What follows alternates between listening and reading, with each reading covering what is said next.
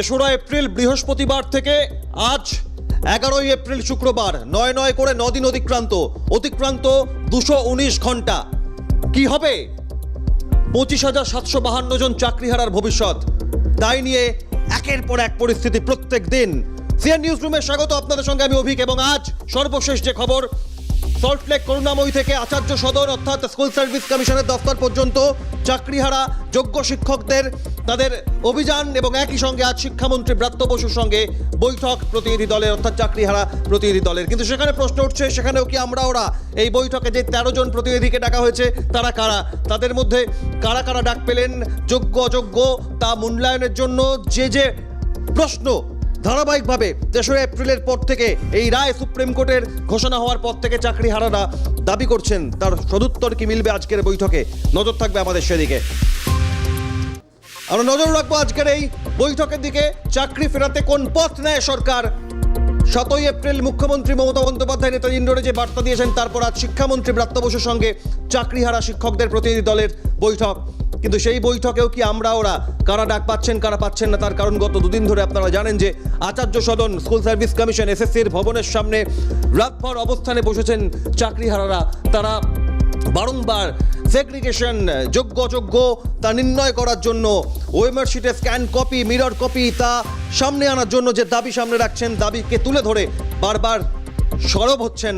তাতে আজ সরকার কি নীরব থাকবে, নাকি শিক্ষামন্ত্রী ব্রাত্য বসুর সঙ্গে বৈঠকে কোনো সুরাহার পথ বেরোবে? সরাসরি আমরা চলে যাব আজকে একদিকে বিকাশ ভবনে শিক্ষামন্ত্রী ব্রাত্য বসুর সঙ্গে বৈঠক, অন্যদিকে স্কুল সার্ভিস কমিশনের ভবন আচার্য সদন, সেখানে আজ এখনো পর্যন্ত অবস্থানে করুণাময়ী থেকে হাজার হাজার যোগ্য বা যারা চাকরিহারা শিক্ষক শিক্ষিকা তারা অভিযান চালিয়ে এসেছেন, অবস্থানে বসেছেন। বৈঠকের দিকে নজর থাকবে। সর্বশেষ কি খবর, সায়ন্তন প্রতিনিধি রয়েছেন আমাদের সঙ্গে। সায়ন্তন, এই বৈঠক 2টো নাগাদ শুরু হওয়ার কথা ছিল, এখনো পর্যন্ত সর্বশেষ কি পরিস্থিতি সামনে আসছে?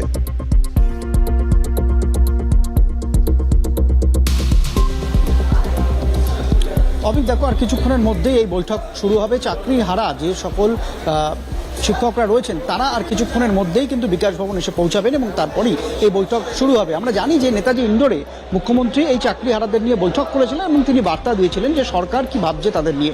এবং এরপর দেখা যাচ্ছে যে আজ এসএসসির চেয়ারম্যান তিনি এই বৈঠকে থাকবেন, প্রিন্সিপাল সেক্রেটারি এই বৈঠকে থাকবেন, চাকরিহারাদের মোট 8 জন প্রতিনিধি তারা থাকবেন, পাশাপাশি কিন্তু শিক্ষামন্ত্রী যার নেতৃত্বে আজকের এই বৈঠক। এই বৈঠকে কিন্তু মধ্যশিক্ষা পর্ষদ এবং সেই মধ্যশিক্ষা পর্ষদ তারাও থাকবেন। অর্থাৎ আজকের বৈঠকটি খুব গুরুত্বপূর্ণ, কারণ সরকারের সঙ্গে যে সরাসরি মত বিনিময়, সেই মত বিনিময় কিন্তু চাকরিহারা শিক্ষকরা তারা করবেন। তাদের বেশ কিছু বক্তব্য রয়েছে।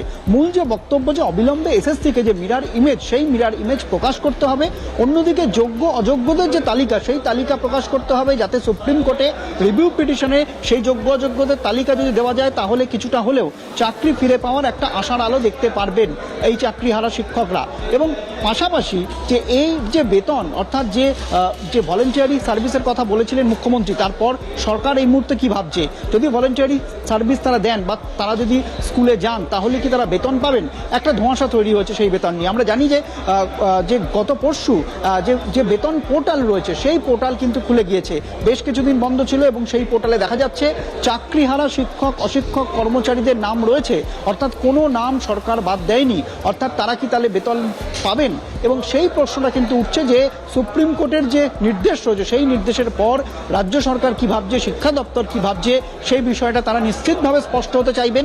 এবং আজকের এই বৈঠকে 8 জন শিক্ষক আসছেন যারা চাকরি হারিয়েছেন।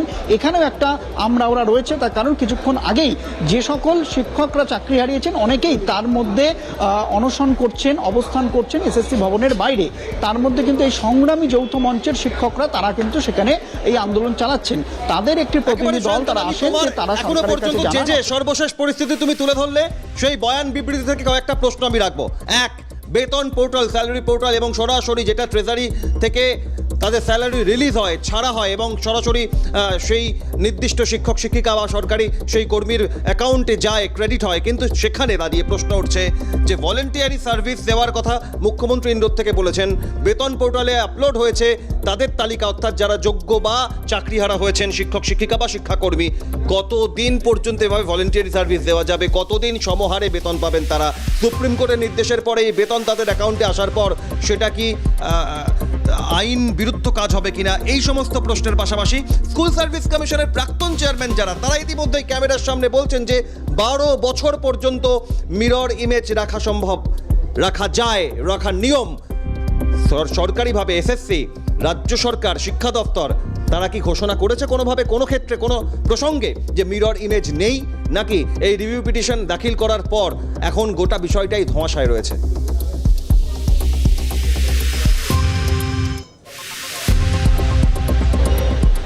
দেখো, একেবারে যে গোটা বিষয়টা একটু ধোঁয়াশা রয়েছে, কারণ হচ্ছে যে মিরর ইমেজ নেই একথা কিন্তু এসএসসি সরাসরি বলছে না। অন্যদিকে চাকরি প্রার্থীরা বা চাকরি হারারা যখন তারা গিয়ে কথা বলছেন এসএসসির সঙ্গে, তখন কিন্তু যে মিরর ইমেজ রয়েছে এমন কথাও কিন্তু এসএসসির তরফ থেকে বলা হয়েছে, যেটা চাকরি হারারা দাবি করছেন। এবং যে সিবিআই তদন্ত করেছে, সেই সিবিআই যে তালিকা তুলে ধরেছে এবং আদালতের নির্দেশে যখন এই ধরনের যে যারা অযোগ্য তাদের যখন তালিকা প্রকাশ হয়েছে, পাশাপাশি কিন্তু তাদের ওএমআর শিটও প্রকাশ হয়েছে। এক্ষেত্রে মিরাজ যে ইমেজ, সেই ইমেজ না থাকলে কিন্তু এই তালিকা বা ওএমআর শিট প্রকাশ করা সম্ভব নয়। অন্যদিকে তুমি দেখো, যখনই আরটিআই হয়েছে, সেই আরটিআই এর জবাব কিন্তু দিয়েছে এই এসএসসি কর্তৃপক্ষ। সেখানেও কিন্তু মিরর ইমেজ না থাকলে আরটিআই এর জবাব কিন্তু তারা দিতে পারতো না। অর্থাৎ কোথাও গিয়ে কিন্তু এই মিরর ইমেজ রয়েছে, কিন্তু এসএসসির তরফ থেকে সরাসরি স্বীকার করা হচ্ছে না এবং তাদের কাছে নেই সে কথাও বলা হচ্ছে না। পুরোটাই একটা ধোঁয়াশার মধ্যে তারা রেখে দিয়েছেন।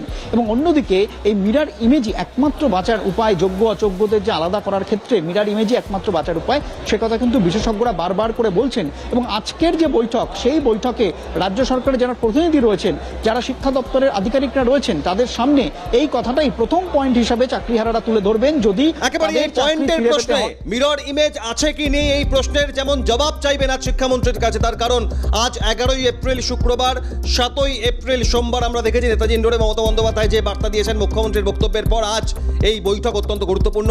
এখনো পর্যন্ত সূত্র মারফত সায়ন্তন, কোন কোন প্রশ্নকে সামনে রেখে আজকের এই বৈঠক হতে চলেছে শিক্ষামন্ত্রী, স্কুল সার্ভিস কমিশনের চেয়ারম্যান, স্কুল শিক্ষা দপ্তরের প্রিন্সিপাল সেক্রেটারি এবং অন্যান্য সচিবদের সঙ্গে কোন কোন প্রশ্নকে, কি কি প্রশ্ন সামনে রাখবেন এই 8 প্রতিনিধি দলের সদস্যরা?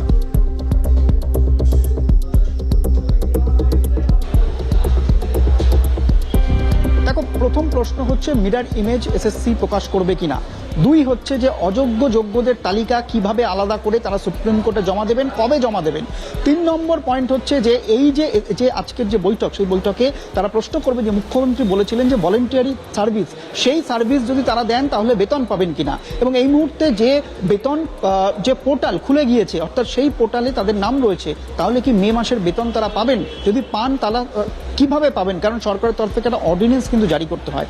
সেক্ষেত্রে সরকার কি ভাবছে এবং আগামী কত মাসের মধ্যে এই জটিলতা সরকার কাটাতে চাইছে, সেই বিষয়ে কিন্তু আজকে একটা রূপরেখা তৈরি করার একটা চেষ্টা করা হবে। এবং আজকে সেই প্রশ্নগুলোই, অর্থাৎ কতদিন আর সময় নেবে শিক্ষা দপ্তর, কবে তারা বলতে পারবে যে সব জট কেটে গিয়েছে, কবে তারা স্কুলে ফিরতে পারবেন, একেবারে বৈধ হয়ে তারা স্কুলে ফিরতে পারবেন, সেই প্রশ্নের উত্তরে কিন্তু আজকে তারা চাইবেন, এমনটাই চাকরিহারা শিক্ষকরা জানাচ্ছেন। সায়ন্তন, এক্ষেত্রে দাঁড়িয়ে একটা কি বিষয় তোমার কাছে বোঝার চেষ্টা করবো, যেহেতু শিক্ষা দপ্তরের সমস্ত খবরের প্রতি মুহূর্তের আপডেট তুমি রাখো, সায়ন্তন, কোথাও কি এটা মধ্যশিক্ষা পর্ষদের স্ববিরোধী কাজ হচ্ছে বা একটা ধোঁয়াশা তৈরি হচ্ছে? তার কারণ যে রিভিউ পিটিশন, সেই আবেদনে মধ্যশিক্ষা পর্ষদ যোগ্য যারা শিক্ষক শিক্ষিকা বা শিক্ষাকর্মী যাদের চাকরি গিয়েছে, তারা যদি বিদ্যালয়ে না যান, তাহলে যেটা সরকারি নিয়মে 30:1, 30 জন পড়ুয়া অনুপাতে একজন শিক্ষক শিক্ষিকা থাকার কথা, পশ্চিমবঙ্গে সেটা 52 জনে একজন আছেন।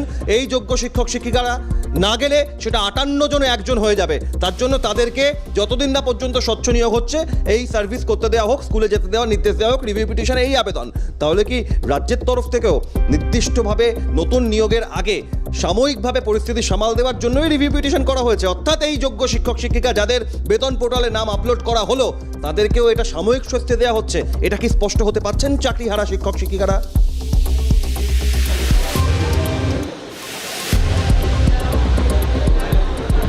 দেখো, তুমি যেটা বললে একেবারেই, যে যতদিন পর্যন্ত নতুন নিয়োগ না হচ্ছে ততদিন পর্যন্ত একটা সাপোর্ট হিসেবে তারা কাজ করুক, এমনটাই কিন্তু সুপ্রিম কোর্টে তারা জানিয়েছিলেন, অর্থাৎ মধ্যশিক্ষা পর্ষদ জানিয়েছিল। আমরা জানি যে যেদিন এই সুপ্রিম কোর্টের রায় বেরোলো তারপরই রাজ্যের শিক্ষা দপ্তরের তরফ থেকে এসএসসিকে একটা গাইডলাইন দেওয়া হলো যে তারা যাতে দ্রুত একটা নিয়োগ প্রক্রিয়ার মধ্যে যায়, অর্থাৎ সেই নিয়োগ প্রক্রিয়া করতে প্রায় 3 মাস সময় যেটা বলা হয়েছিল, এসএসসির তরফ থেকে বলা হয়েছিল যে 3 মাসের মধ্যে সেই নিয়োগ প্রক্রিয়া করা কিন্তু কার্যত অসম্ভব, তারা আরও সময় চাইছেন।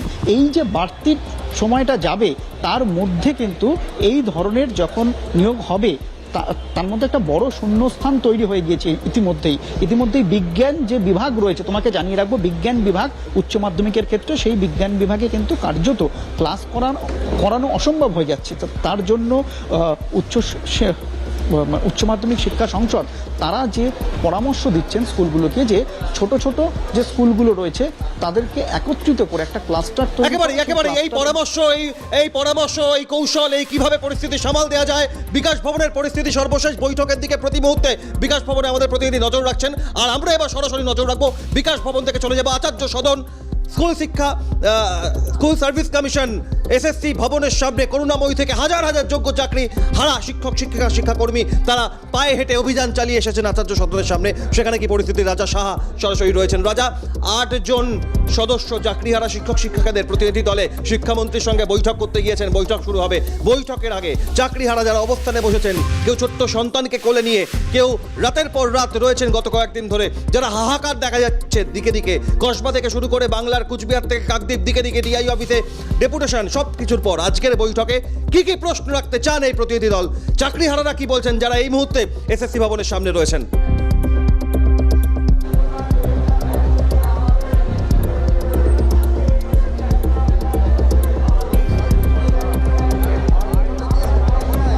দেখো, একেবারেই তোমাকে একবার দেখাবার চেষ্টা করি। এই মুহূর্তে প্রায় 10 থেকে 15,000 যে চাকরিহারা যোগ্য শিক্ষক তারা এই মুহূর্তে একেবারে রাজপথে বসে রয়েছে। অভিক যে দৃশ্য তুমি এই মুহূর্তে দেখতে পাচ্ছ, যে শিক্ষক শিক্ষিকা যাদের এই মুহূর্তে ঘড়ির কাঁটায় 2:15, যাদের থাকবার কথা ছিল শ্রেণীকক্ষের ভেতরে, সেই শিক্ষক শিক্ষিকারা এই মুহূর্তে রাস্তায় এসছেন, তারা রাজপথে রয়েছেন। তাদের দাবি একটাই, অবিলম্বে যে মিরর ইমেজ, সেই মিরর ইমেজ প্রকাশ করা হোক। তুমি দেখতে পাচ্ছ সেই ছবিটা, যে ছবিটা এই মুহূর্তে ক্যামেরা পার্সন জয় কিষান দেখাচ্ছে। তুমি দেখতে পাচ্ছ এই মুহূর্তে একদিকে যেমন আলোচনা চলছে নিজেদের মধ্যে, অপরদিকে সেই আচার্য সদনের সামনে সেই ছবিটা সরাসরি দেখতে পাচ্ছ, যেভাবে এখানে পুলিশি নিরাপত্তা বলয়ে মুড়ে ফেলা হয়েছে। তুমি দেখতে পাচ্ছ এই মুহূর্তে সেই ছবিটা আমরা দেখাচ্ছি। একেবারে যোগ্য শিক্ষক যারা এই মুহূর্তে রয়েছেন, তাদের দাবি, তারা কি চাইছেন, শিক্ষামন্ত্রীর কাছ থেকে সরাসরি তাদের কাছ থেকে প্রশ্ন করব। একেবারে সরাসরি তাদের চলে আসছি। স্যার, আমি আপনার কাছ থেকে জানতে চাইছি যে আপনাদের প্রতিনিধিরা এই মুহূর্তে পৌঁছেছেন বিকাশ ভবনে, শিক্ষামন্ত্রীর সঙ্গে বৈঠক করবে, আপনারা কি চাইছেন আজকে, দাবিটা মূলত কি থাকছে? আমাদের দাবি হচ্ছে আজকে মিরর ইমেজ পুরো প্রকাশ করতে হবে 22 লক্ষ মানুষ পরীক্ষার্থীর, এবং সেখান থেকে রিপ্যানেল করে যারা আছে এবং যারা ওয়েটিংয়ে বসে আছে তাদেরকেও এই ইন্টারভিউ নিয়ে নতুন করে প্যানেল। আশাবাদী আজকে শিক্ষামন্ত্রীর সঙ্গে বৈঠকের পর ফলপ্রসূ হবে। সেটা সরকারের সদিচ্ছার উপর নির্ভর করছে। যদি সরকার চায় অবশ্যই আমাদের এটা করতে পারেন, কিন্তু আমরা এখনো পর্যন্ত আন্দোলন শেষ না হলে বা বৈঠক শেষ না হলে আর কত আপনাদের থাকার কথা ছিল একেবারে শ্রেণীকক্ষের ভেতরে, আর কতদিন রাজপথে থাকবে?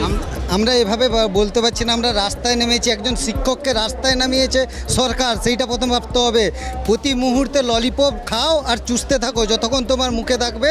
রাজা, আমি এখান থেকে যে প্রশ্ন তুমি ছুড়েছো, যে থাকার কথা ছিল শ্রেণীকক্ষের ভেতরে, রয়েছেন রাস্তায়। রাজা, এর মতো পরিস্থিতিতে, এই পরিস্থিতিতে যখন মুখ্যমন্ত্রী বলেছেন যে ভলেন্টিয়ারি সার্ভিস আপনারা করুন, বেতন পোর্টালে তাদের নাম আপলোড হয়েছে, তাহলে শ্রেণীকক্ষের ভেতরে যাওয়ার যে বার্তা, সেই বার্তা কি তারা পালন করবেন? যাবেন? বেতন পোর্টালে নাম আপলোড হওয়ায় কতটা স্বস্তি দিচ্ছে? সব উত্তর নিয়ে ফিরবো। তার কারণ একদিকে চাকরিহারারা আচার্য সদনের সামনে, অন্যদিকে বিকাশ ভবনে বৈঠক। নজর থাকবে আমাদের দুই প্রতিনিধি। সায়ন্তন রাজা ছিলেন, আপনারাও